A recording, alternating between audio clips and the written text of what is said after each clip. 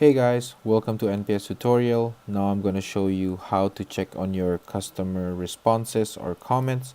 Firstly, let's log into our customer gauge account and we'll take you to the dashboard.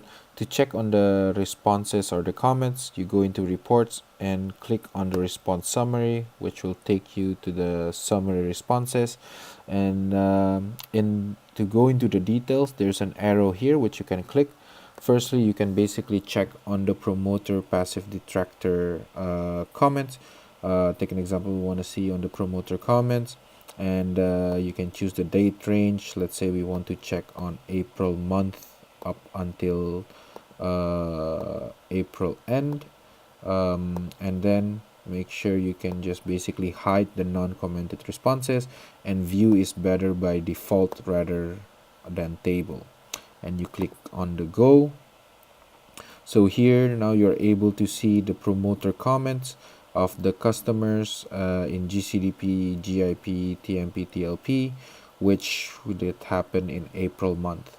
What's best of understanding these promoter comments is basically you are able to get the understanding of what is the benefit of the program that is felt by the customer, what is the personal learning that they get, what is the impact that they are having, or even sometimes in promoter comments they're also saying that what is ISAC is able still to be improved. So you can actually really understand of the customer even though they're a promoter for ISAC.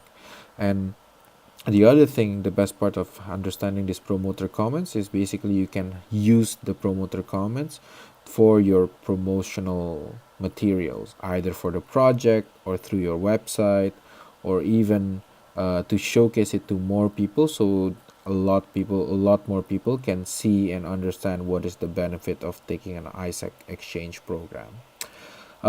Take an example again. We want to understand the detractor issues. To choose the detractor, and then you can click go. And by understanding this detractor issue, I think it's very important for us to get into the details of what are they actually saying about why their experience is not satisfying. What is the service that is missing that ISAC is not providing? What is that behavior? What is that attitude that they are expecting from ISAC? So these are the improvement points that basically our customers are expecting from ISAC. And if you want to go into understanding more of the customer and whom, if you want to approach them, you can click on the name, and then here there is an information about the customer, even the email, which you can basically directly contact them.